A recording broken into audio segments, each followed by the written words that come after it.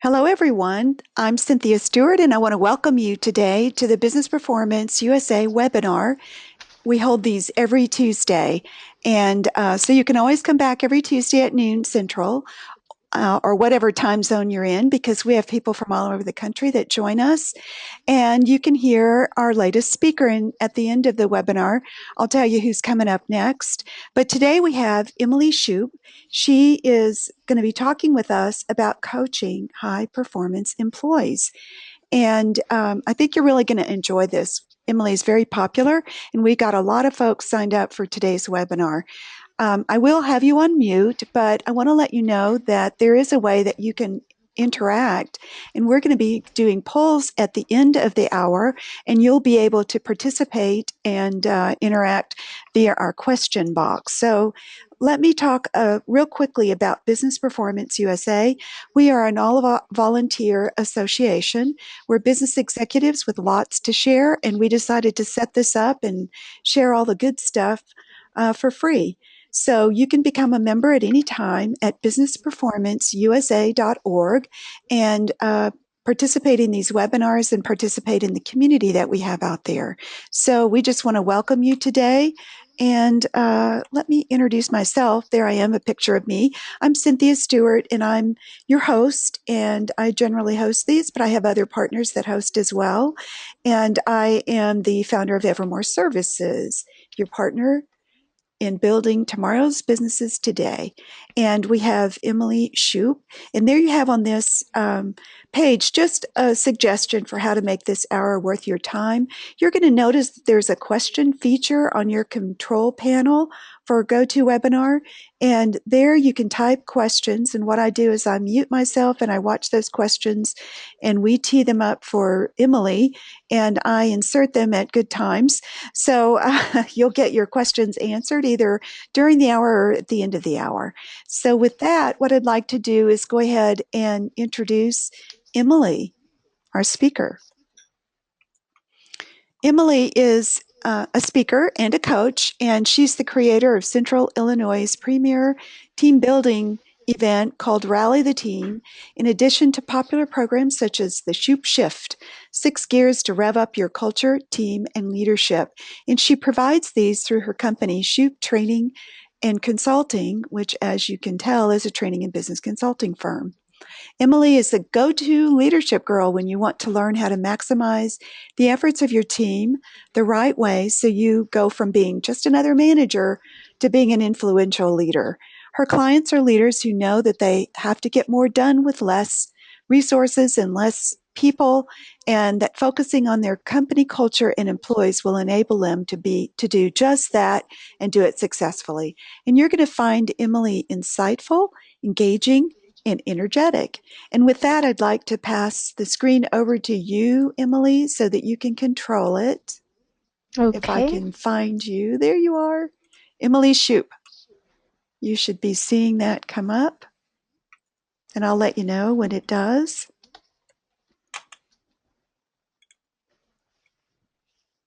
And we're still waiting.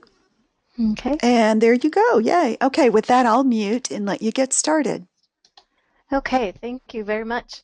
I'm excited to be here today, and I'm excited to talk about coaching. And you're going to have to bear with me a little bit today. We've been watching a lot of football lately. My husband's a huge Steelers fan, and it's been a little stressful starting off our season so far. But there's a lot of things that I was thinking about with coaching in the workplace and how it fits in with football. So we're going to have a little talk about football today as well. I don't claim to be a football expert, but it is always fascinating to see the connection between inspiring athletes to perform at their best and inspiring your employees and your team members to perform at their best. And so today, I really decided to take a little bit of a different stance or a different approach to talking about coaching than I normally do. Normally, I just kind of go over some basics, but some of the questions that I've been getting lately is really what is coaching and what is it all about and how does that fit in to the workplace and why should I even care as a leader? And I have so many other things that I need to get done, so where does this whole coaching piece fit in? and how on earth do I make time for it? And so, what I really wanted to share with you guys, first of all, was just to talk a little bit about how coaching works. And so, the old fashioned way, and there are still some businesses that I'll run into that have this model, or they're kind of stuck in between, but the way that we used to know of is you would get a job and you would have a boss, and that boss would tell you what to do, and you would do the laundry list of things that you had to do, and you would be done and go home for the day. There wasn't a lot more than that. You did exactly what your boss told you to do. You kind of look at it as a parent with a child, and the parent would tell the child exactly what to do, the child would do exactly that, and everybody was happy. And that seemed to be the way things got done, especially years and years ago when it was just about you need to produce this widget or you need to execute this skill over and over again, and there wasn't a lot involved beyond that point.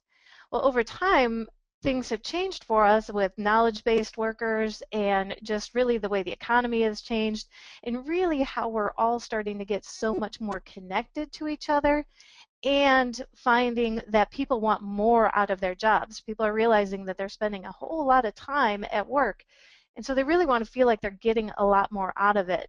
And so coaching is a management style that really creates that partnership between the employees and the management team to really get the best out of everybody. And so it's one of those relationships where you go back and forth. There's a give and take, there's feedback, there's adjustments. But the idea behind coaching is really not how you can discipline somebody into doing a better job, but how you can get them to figure out how to do a better job without you.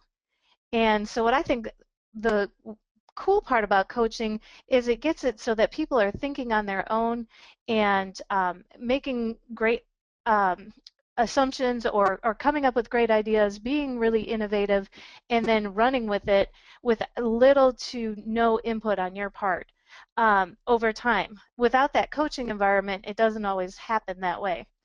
And when you do start coaching more often, and it really has to become your norm. It's just how you operate and how you lead your team. That's when you really start to see that snowball effect and things really take off. And that's just really becomes how things get done. So I want you to think about what coaching is as far as it's a relationship between the manager and the employee, and it creates that partnership. And it starts with an understanding of what needs to be achieved and then how it is to be achieved. And your problem solving and innovation, which we're going to go into a little bit later, is really in that how is the goal to be achieved. So I really wanted to make sure that we talked about a little bit about what that coaching is first.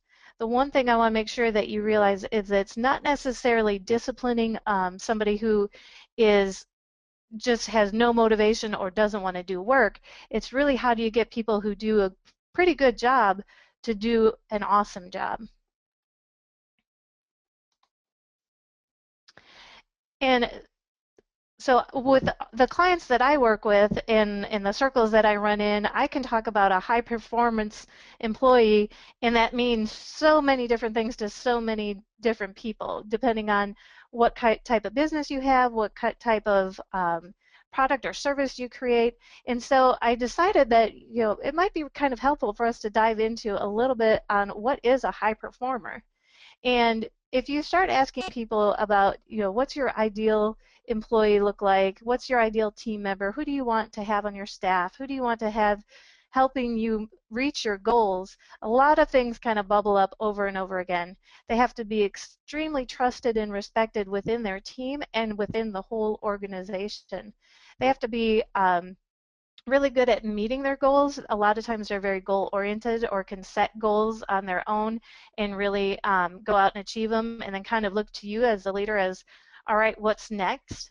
They're usually very action oriented and not necessarily meaning that they're always busy, but they're always making progress. Some people can, from the outside, they can look very action oriented but not necessarily progress. But your high performer will always be progressing, regardless if you can kind of look at them and see that they're busy and making progress or not. There was one team that I was working with where there was a lot of really good thinkers, and thinkers come up with great ideas, but they do not look like they're doing a whole bunch until they spit out the idea that they come up with. Whereas other people, you see them popping around to different meetings and doing research, and they're producing stuff that you can see externally. Um, so that action oriented doesn't just mean that they're busy, but it also means that they're producing something. They're problem solvers, which is what we're all looking for right now, is how can people help me solve problems in my business. They're usually pretty good relationship builders, um, and can be resourceful. They usually know a lot more about what's going on in the industry as a whole, not just in their job. And the list goes on and on. If you think about it, it is pretty hard to have all of these characteristics be perfect in every single employee. So you're going to kind of look at it and see if you have somebody that meets, a handful of those, and they have some other areas that you would like to help them improve upon. But it's not going to be, it's not that they're not a high performer if they don't meet all of these requirements. These are just some ideas that get you thinking as to who might be a really high performer on your team, or if you had never really thought about what it meant to be a high performer on your team, what you might be looking for. And I say that because there are a lot of times where I will start working with a client, and um, I'll get the story that we just don't really know um, what's going on with Susie. She's a pretty good employee, but just something just doesn't feel right. And so when I ask about expectations, or more about that role, we come to find out that that hasn't really been clearly defined. And so sometimes going through this list, or a list like this, would really help to decide whether or not she is a high performer, or if there's areas that you wanted to develop. So you can kind of dive in and say, well, does she make good decisions, or do we need to kind of work in that area? And so the the interesting part then about having high performers, so let's say you can look at your team and say, yeah, pretty much everybody on our team, or 80% of our team, is pretty much a high performer. So when you have that situation, there is still a need to constantly and continually develop that person. It's not a situation where once I can check off all of these characteristics, well, then I'm done, and there's no longer investing in that person. A person who is a high performer is always learning, is always looking for that next development, and can get stale or burn out in a job if they don't feel like they're constantly being developed. So that's where this coaching piece comes in, where you're helping them to always be making bigger and better decisions, always looking further ahead, and always being intellectually stimulated in some way or another. And it doesn't matter what type of work you're doing. I was doing an interview the other day, and we were talking about digging holes. And you can have a high performer where their job is to dig a hole, and there are things that they need to be learning and growing on in order to make better decisions on that, versus somebody that, it might require a PhD to have their position. So always looking for those opportunities. And so we always want these high performers on our team, but we're not always sure what to do with them once we have them in order to keep them and to keep them satisfied. So that's what we're going to talk about a little bit next here.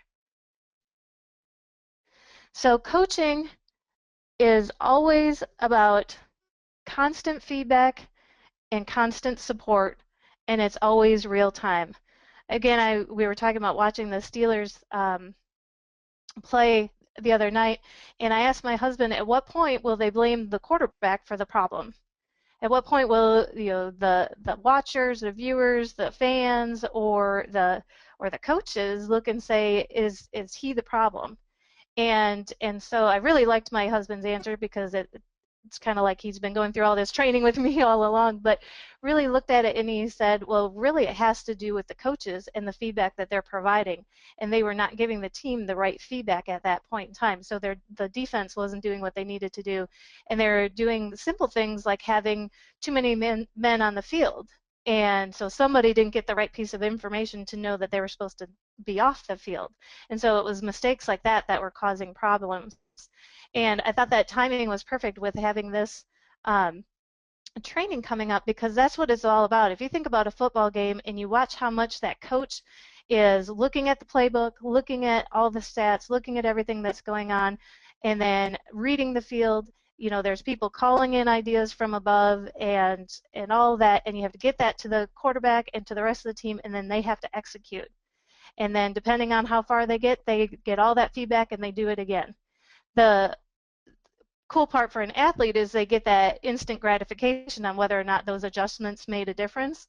The hard part for somebody who might be working in an office setting is the feedback is not usually that quick. Usually, it could take a month or two to see if that adjustment made a difference. But I thought it would be useful for you to look at the coaching like that. If you were coaching your staff on what it is that your goals are, and you're looking at which pieces do they need to make adjustments on, and where are things going off, or where are they getting kind of stuck over and over again, and helping them make those adjustments as they go along on the fly, you'll see a lot more improvements. And coaching is not your annual performance review.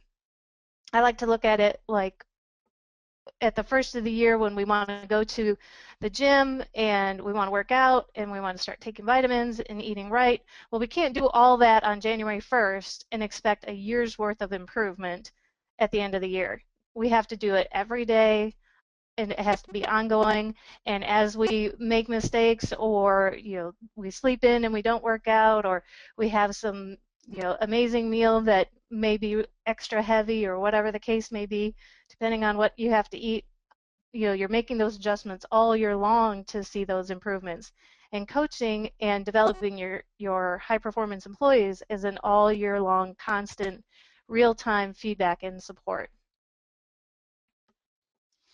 And so a lot of people can follow me up to that point and say, I get you, Emily, that makes sense. I'm here, I understand, but now what? What do I do with that?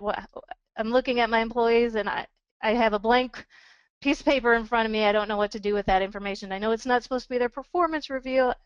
I know it's supposed to be ongoing, but what do I do? And so the first thing you want to do is really to define success with that employee. So whatever it is that you might want to be working on developing them on, you're going to define what success looks like. So one of the big things that I notice people wanting to develop on is decision making. And by the way, that's one of the hardest things as a leader, especially a first-time leader, to give up is decision making, and letting our employees make decisions without us stepping in, which is ironic because as a parent, I struggle with that too. It's hard to let your kids make decisions on their own, but you know that they have to in order to grow. You have to let your team make decisions in order for them to make decisions without you. My dad has retired. He retired from the state of Wisconsin 4 or 5 years ago now, and he is helping them out as a consultant, and he's filling in for somebody while they're gone for a few weeks, and they're waiting on him to tell them what to do in order to make a decision and go forward. And he is so frustrated because he's only there part-time and he's not their boss, and so they really are not groomed to be making decisions right now. So it's a struggle, a very frustrating place for him to be. And I know as leaders, you want people, you need to move on to bigger decisions, and so you can't be making all the little decisions for people. So defining what success looks like, I put up here, these are technically two football goals, and they're going to yield you very different results, or the way you get to these goals are extremely different, down to they even have a different ball. Um, but if you have not defined what success looks like, that person that you're trying to coach to get there has no idea how to meet your expectations. And so you really want to define what success looks like. So if it is, let's say, making decisions on their own, you're going to have a conversation and say, I would like you to be able to start making bigger decisions on our team. And here's what that would look like. A lot of people stop with, I'd like you to make more decisions. But for them, that could be, is it whether or not that I should send an email or print out a report, or is it that I can make a decision on whether or not somebody can be on vacation? Is it that kind of decision? What kind of decisions do I need to be making? And so really getting clear on that. And so you might give them a few scenarios and say, okay, when it comes to this type of problem, let's say there's somebody who does some IT troubleshooting. If you run into this type of problem, then here are the decisions you are able to make. And it could be up until the point where it impacts everybody. If it only impacts 5 to 10 people, you can make those decisions. If it impacts 10 to 20, you can make those decisions. 25 and more people impacted, well, then you need to check with me. Whatever parameters you can around that to be really clear on what it is you want them to be working on and what that success looks like.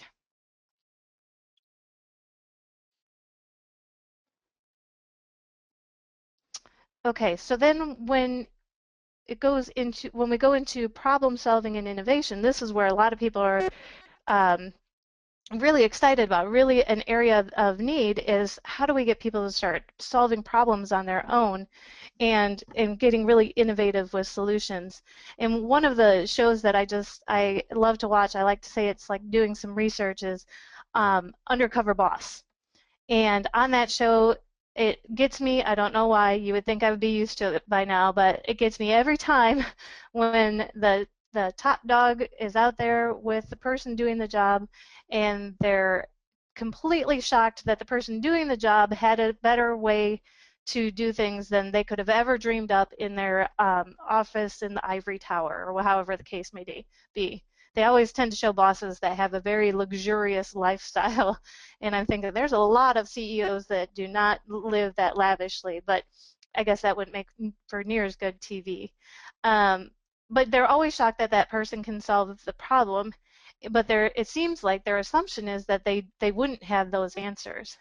And so what I look at it as is that person was not set up in an environment where they were allowed to problem solve or allowed to be innovative. And you're probably saying, well, Emily, of course I want people to solve problems. But there is a lot more to it than just saying it's okay if you solve a problem.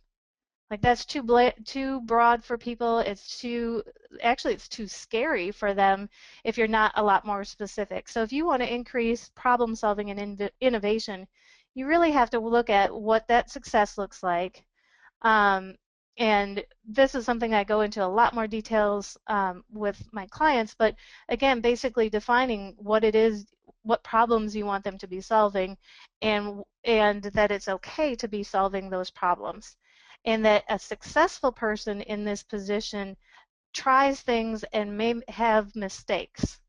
That's the biggest holdback that I see for people, especially when I get to meet with the employees on a team, and I can tell them that the feedback is that they're not being innovative enough, and basically they end up telling me that they're afraid to make a mistake because they're just holding on to their job for dear life, and so they're staying in the safe zone and they may have tons of ideas, but they don't want to lose their jobs, so they're trying to be really safe.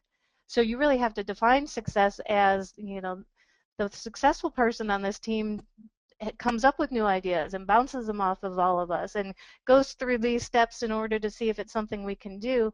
And it may have a bad idea or not a bad idea, an idea that doesn't work from time to time, but that's okay. That's what we're looking for because we know if we have 10,000 ideas, one of them will work.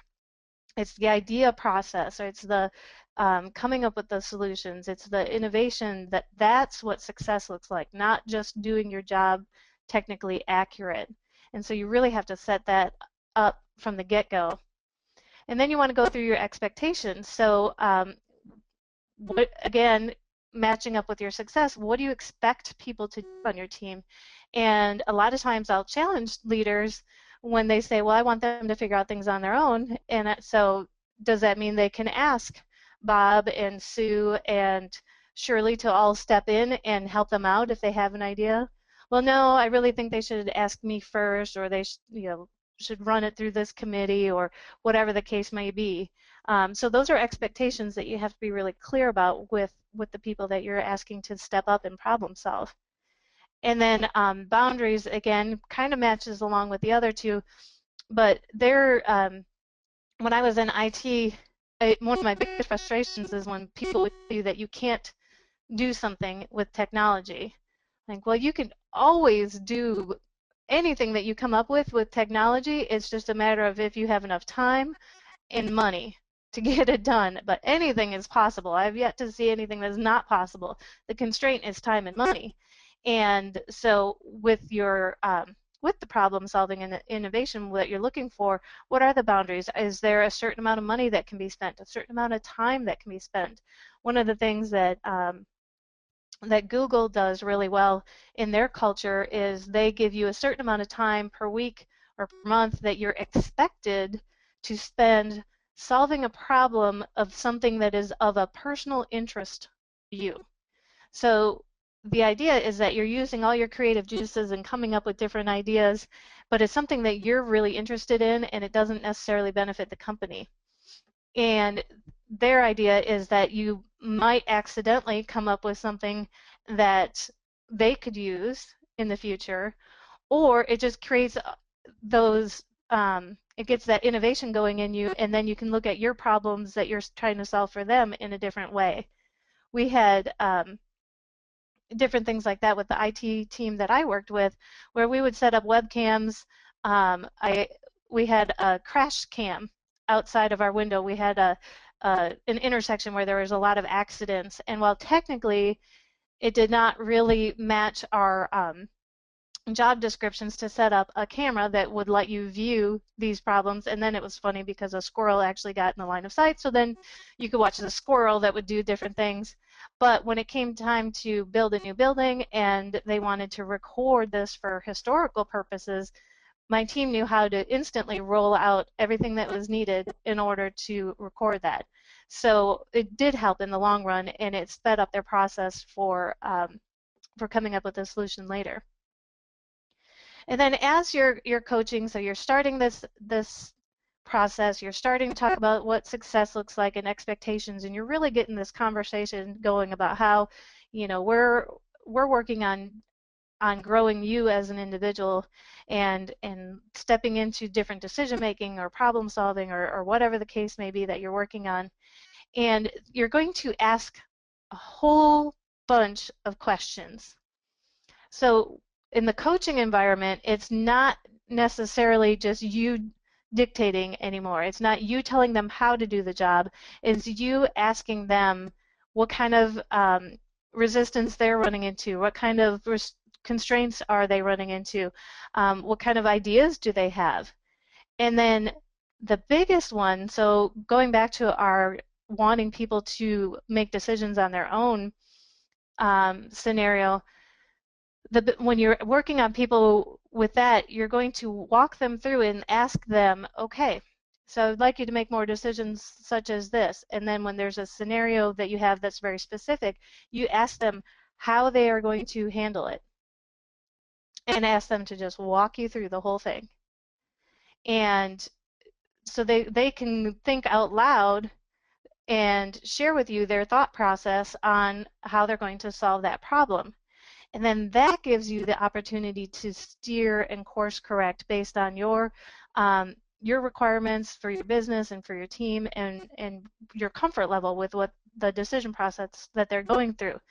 But that's a huge opportunity that you have in order to guide them to make the decisions correctly or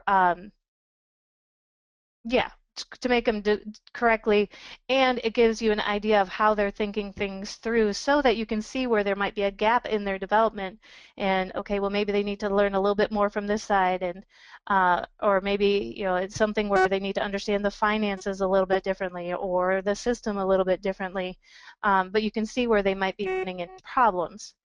That alone, I mean, that could just be a 5 to 7 minute conversation, and the individual will learn a ton, and you will learn a ton on where that development is needed. And then so you're asking those questions up front, and then you're asking questions as you go along. Again, if you're going back to, if you ever watch an NFL football game, there's constantly going back and forth, and it's what are you seeing out there? What happened over here? What happened over there? And it's the same thing with your team. So, okay, you're working on this. What happened here? How is that going? How, what other decisions have you made? Any other new ideas? And you're always asking those questions, and especially along the lines of, are you running into any problems, and is there anything I can do to help? Those are two really critical questions to ask, because a lot of times people are really good at asking, how is everything going? And I rarely find somebody who's struggling be able to say, it's not going well, I need your help. Again, a lot of people are worried about losing their jobs, or they don't want to look like they can't do what they're doing. So asking, how are you doing? You're almost always going to just get, everything's going good, and not a problem, I'm working on it. And they usually are really working on it. They're trying to solve it. But if you can ask questions that get them to give you a glimpse into where they might be struggling, or you can say, well, when I was learning this, I struggled with doing things from this area. Are you running into that? And they can tell you yes or no. Or I know that you've been really busy with this other project. How's your time working out? Do we need to make any adjustments for that, or move anything? And just really try to get that dialogue going. And then you also want to be giving feedback along the way. So anytime you where something's not going the way you would like it to go, that is the time to step in. If you see an opportunity, take it.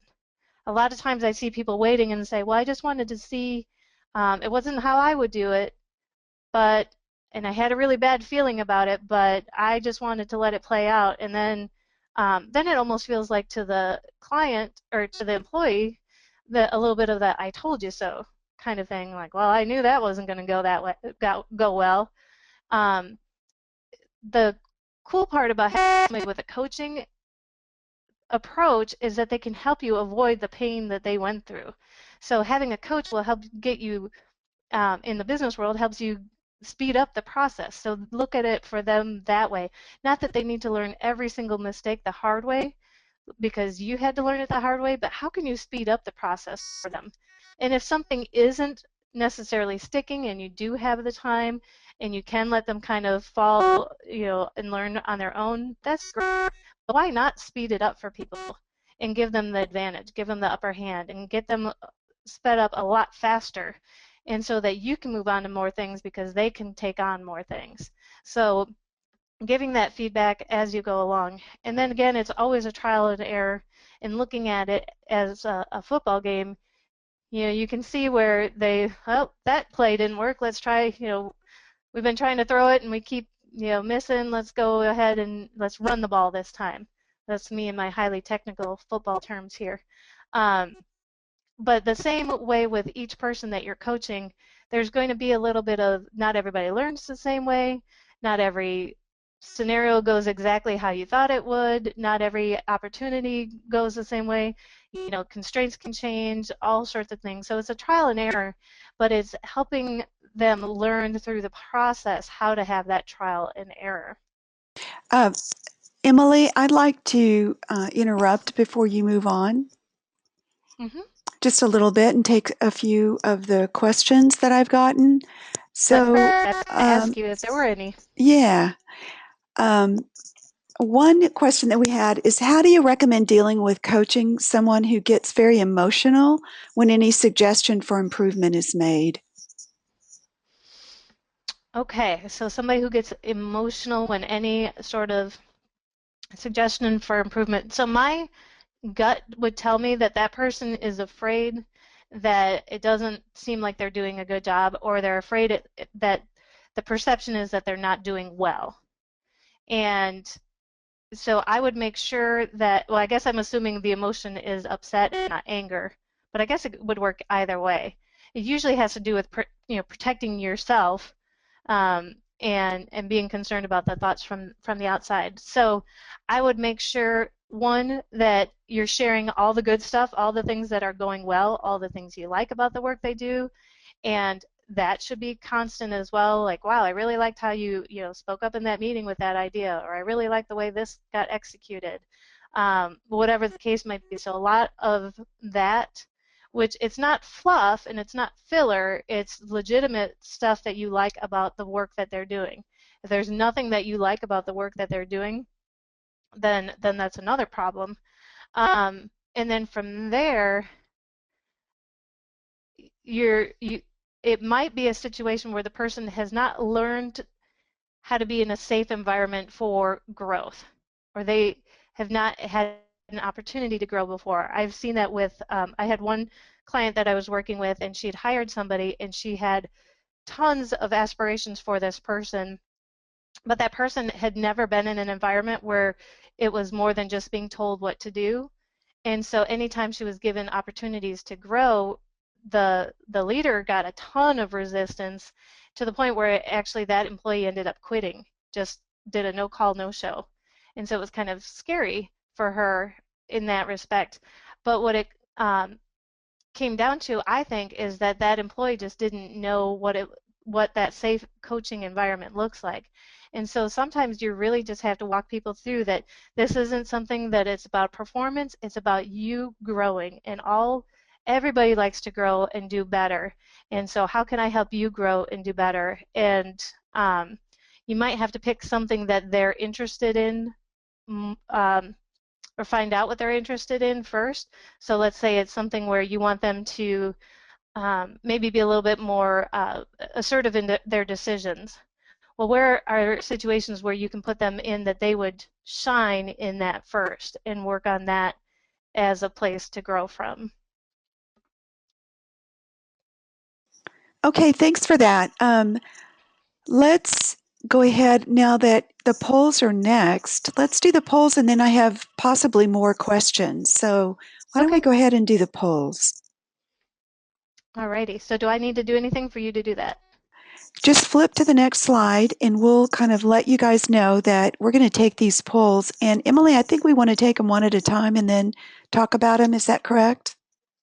Yep, that is correct. Okay, so what I'm going to do is I'm going to go ahead and take poll number one. I'm going to launch that poll, and we're going to give you the option of saying true or false. And Emily, I noticed that you flipped to. Did you do that? Did you flip to slide four? I slipped to the slide with the true false on it. Okay, because I'm seeing coaching is how a manager, the coaching side. Oh, I don't. it says organizer must close poll to enable screen sharing That's on what's mine. going on. Okay, sorry, folks.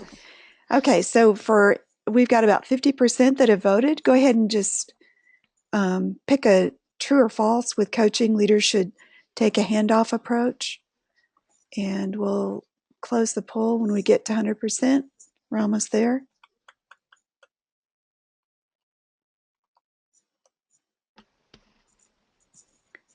Yeah, so you're thinking about with coaching, leaders should take a hands-off approach. Do you think that's true or false? Is hands-off the way to go? And we seem to be stuck at 80%, so I'm going to go ahead and close the poll and let's talk about that. And your screen should come up. There we go. And the way it worked out is everybody said false. Yay!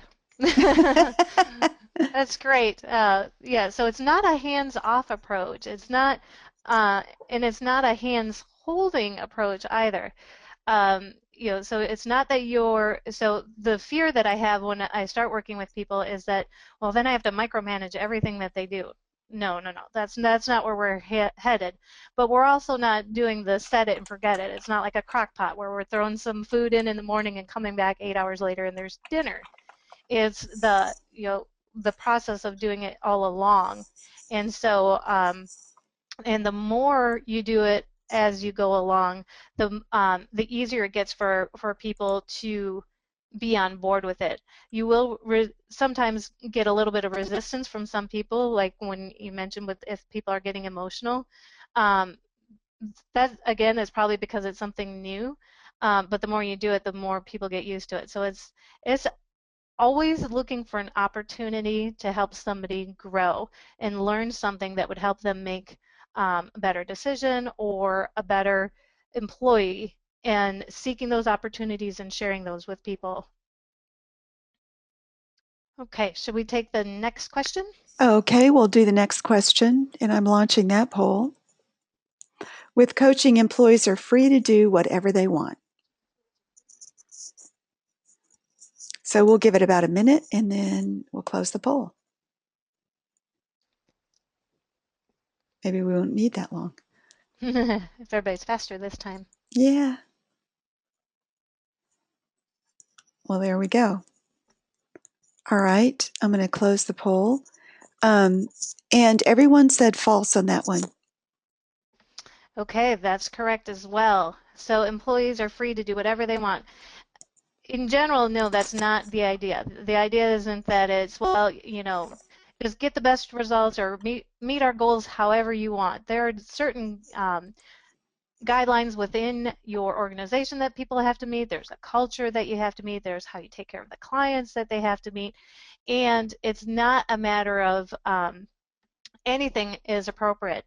And that's where you really want to take the time to define what success looks like. And so you're free to do whatever you want within these boundaries, within these parameters. So you want them to be thinking on their own, which is where a lot of people are like, well, I want them to just come up with whatever idea. Well, you have to have enough guidance to get to coming up with that idea. And I remember that just made me think of it. There was a study done, um, uh, man, I don't even know when it was done, but basically it had to do with kids playing on a playground, and they let them go outside to play, and there was no fence around the playground, and so all the kids stayed pretty close to the building, and didn't go very far. And then they took the same kids and took them to a playground with a fence. And then with that fence, the kids used every inch of the playground. They went all the way out to the fence. They used all the space, and they were the same. It was the same size of a playground, but without the boundaries, they stayed really close because they weren't sure where they could go. I mean, that's the assumption that they didn't know if what was safe to do. But with the fence, they knew exactly how far to go. And then I think it's kind of funny because then with kids, there's usually, at least at our playgrounds, then the ball is going over the fence. I'm like, well, isn't that convenient that it's always going over the fence? But if you look at it at work too, if you're free to do whatever you want, your employees will probably stay closer to you, um, and try less than if they knew where the boundaries were. So that's why with coaching, it helps them to really understand what that success looks like, what are the boundaries, what are the expectations, and really till you feel like you might be blue in the face that you're repeating yourself, that's the level it needs to be at. Okay, let's do number 3. Okay, number 3 we're launching is with coaching, leaders should remove all obstacles for employees.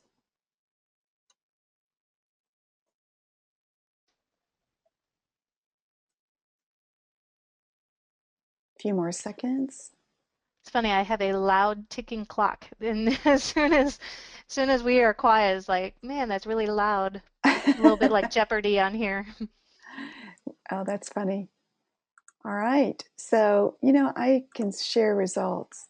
We had 25% say true and 75% say false. So we're a little bit mixed on that one. What say you? Okay, well, the answer is mixed. So there wasn't an exact right answer for that, because it says all obstacles. So when I was talking earlier, we talked about how you're asking questions so that you know what obstacles they're running into, or you're explaining what obstacles they might run into. But then, depending on each person's development level or where they're at in the spectrum, where you're trying to get them to, it depends on what that is where you have to make a decision on whether or not you should remove that obstacle or if you should just guide them into working through it. And there are times where removing it makes sense, absolutely, but more times than not, if you just help them understand that, give them ideas of how you would get through that obstacle, and then asking them in as many different ways as possible how they think they should remove that obstacle, you'll get a lot further because it gives them a chance to think it through in a safe way and then decide what the next course of action is. The whole idea is for people to be problem solving and being innovative. And if an obstacle just is always removed from them, then it's kind of, anytime it gets hard, I just go to my boss and then they make it perfect.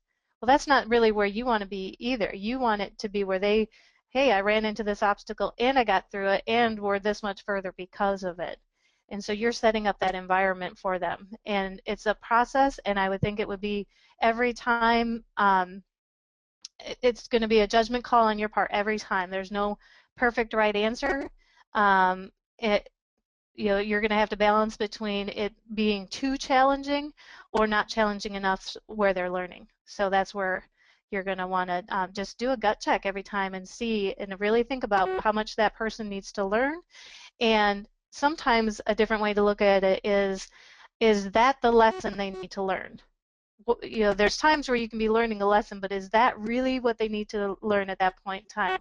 So I had a situation where there was an extremely difficult person to deal with, and it was really blocking any progress for this client. So is the lesson to learn to really deal with that difficult person, or was it the bigger picture of what we were working on? And for that scenario, it was actually the bigger picture was more important, and removing the difficult person out of the scenario was was okay for that learning lesson. Now, it would be good to circle it back around and say, okay, but here's how we're going to work through dealing with different difficult person, but that was not the lesson that we were working on at that time. Okay, so let's go on to number 4. Okay, so I've launched that. With coaching, it works really well with problem employees. So, good thing to do with problem employees. True or false?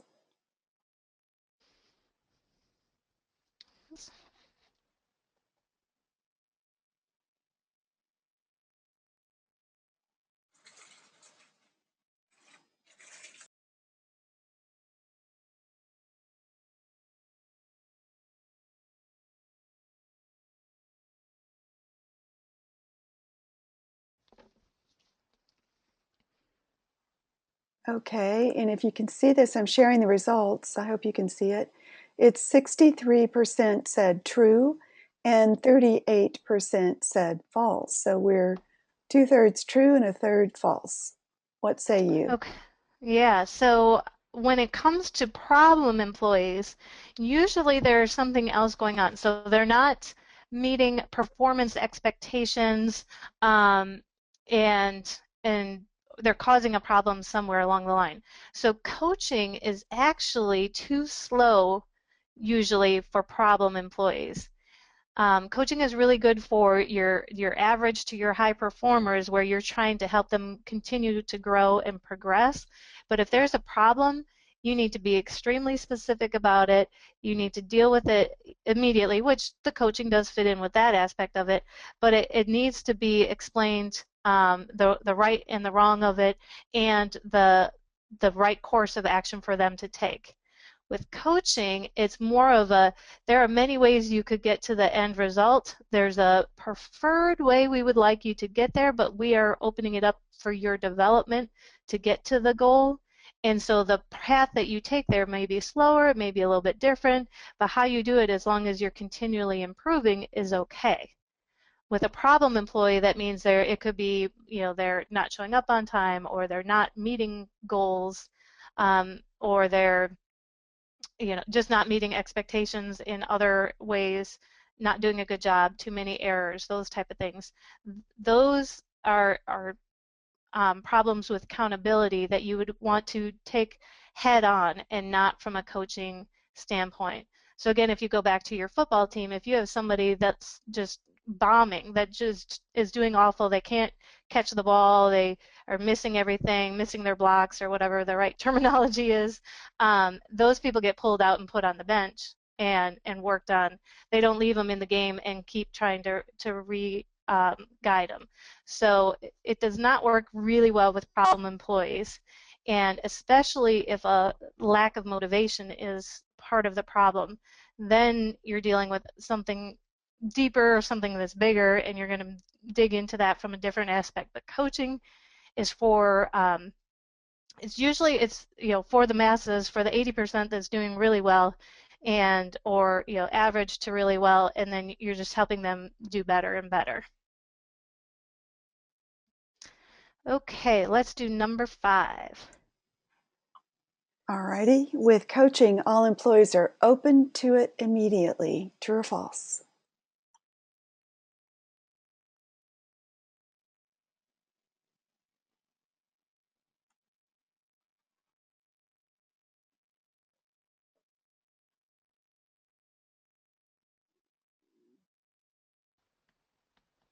All right, I'm closing the poll. And the results on this are everyone said false on this one. Correct. And I tried to do it standard, high school testing style where it's all, immediately, all those strong words, so that should help you rule it out. But the fact of the matter is, it just depends on where somebody has come from and where else they have worked. We all go into each working scenario with our own history of where else we've worked or how our schooling has gone. And some people are like right off the bat open to it immediately and get that you're trying to help them develop. And then other people might just take a little bit more understanding. And so it is absolutely okay to say that, if in the past we've only had an annual performance review and, from time to time we've talked about things, me as a leader, I'm working to constantly improve myself. And one of the things that I would like to improve is how well I'm helping you improve and grow so that we can all grow together and all be successful together. And so you're going to start with that kind of dialogue and then just always sharing. And then some people are going to resist it for a little while until you prove that you're not going to hold it against them when they make mistakes. That's probably the biggest hang up that I see when people start coaching is that they're afraid that you're going to hold them accountable or hold it against them if they try and fail. And so that's why they're less open to it. And once they know that that's safe, not that they want to just go out and make willy-nilly mistakes, but if they know that, wow, if I put my all into this and it's wrong, I know that my leader has my back and they will help me develop, and it starts to snowball after that, where they keep trying harder and are a lot more open to it. And then once you get it going, then they can be they'll start bringing ideas to you and say, what about this or what about that, or I ran into this constraint and here's what I was thinking. And that's what you want to get so that you can get ahead of the game as well. One of the cool things I think about coaching is the more you coach others, the more you personally develop yourself, because you're always looking for ways to help them learn, which means that you have to learn and get ahead as well. So it's a really neat opportunity for you. Okay, so Emily, I guess we're getting close to the hour, so we need to go ahead and wrap up. Okay, were there any other burning questions that you wanted to go into? Well, I I'd can wrap. love to, but I think we're out of time. So, Okay, well, let's make sure we capture those and we can work them into some other um, future webinars. okay. Okay. Um, Okay, I really appreciate you guys staying with us for this whole time and being engaged in the questions. And really, I just wanted you to think about with coaching, it's really all about developing the people, and your team is really what makes everybody successful. You're so much better off with a team approach, everybody moving ahead, everybody advancing everybody. And so that's really where the coaching piece comes in. So when you think about your coaching and you're starting to work with your employees to figure out how to help them get further in their development, really just take some time to define what success looks like. And that does not mean to say, well, they should just do better. Because if your boss came to you and said that, or anybody you know said, I really wish you would just do better, you would look at them like they were crazy. So don't do that to your employees. Really define what success looks like, define what you want out of people, and really be crystal clear on that. That will really help your coaching foundation. And then you're going to set the stage for problem solving and innovation. How can you make it the norm and comfortable, and so that you don't become that undercover boss who is shocked that somebody has the right answer or a better answer. You're going to work on all those boundaries and expectations and all those pieces to make sure that you are setting up the stage for problem solving and innovation. And then above all, stay people focused. If you're focusing on what is best for that individual that you're working with, you will always succeed.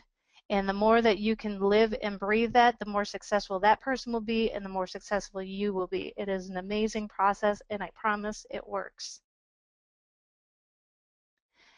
And with that, I really just want you to consider working coaching in more often. And if you get stuck and have questions, make sure you to reach out to us and we'll work it into the next webinar as well. And with that, I will hand it back over to you, Cynthia. Okay, and I just took the screen. You got it. All righty. Um, Emily, thank you for that. All that coaching, that's good information. And anyone, if you would like, all you need to do is to sign up for businessperformanceusa.org and become a member. And you can find Emily's videos, including today's. Today's will be posted by the end of the week, hopefully sooner. And you can go back and listen to what she had to say, her words of wisdom on coaching. Please do join us for our webinars every Tuesday at noon Central. You're welcome to invite your friends and colleagues, and you can see here the lineup of webinars for the next several weeks.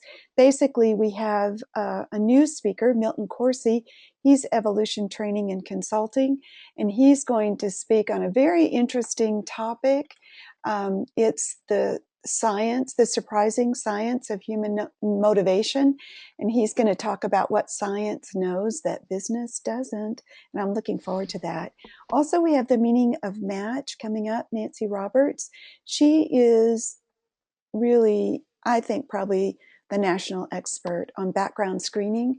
And she's going to talk about the meaning of match and name matching. If you're doing background screening, is really an art, not a science. And she's going to talk about that and the importance of making sure that you have the right person. I know that there's so much out there. The industry is really progressing on background screening, and our names are hitting all kinds of databases. And so we want to make sure that our names are not associated with people who are doing unscrupulous things. And so come back and hear us on name matching. And then beyond that, we have Dr. Stewart. He's the triangle of economic value creation. And that's why focus is foundational for sustainable fast growth. So great topics coming up. We want to invite you back. We look forward to hosting you again. And with that, I'm going to shut down the webinar. Thanks everyone who joined us today. We appreciate your time and attention. And thanks, Emily. Appreciate your time as well. Thanks for having me. Bye, everybody.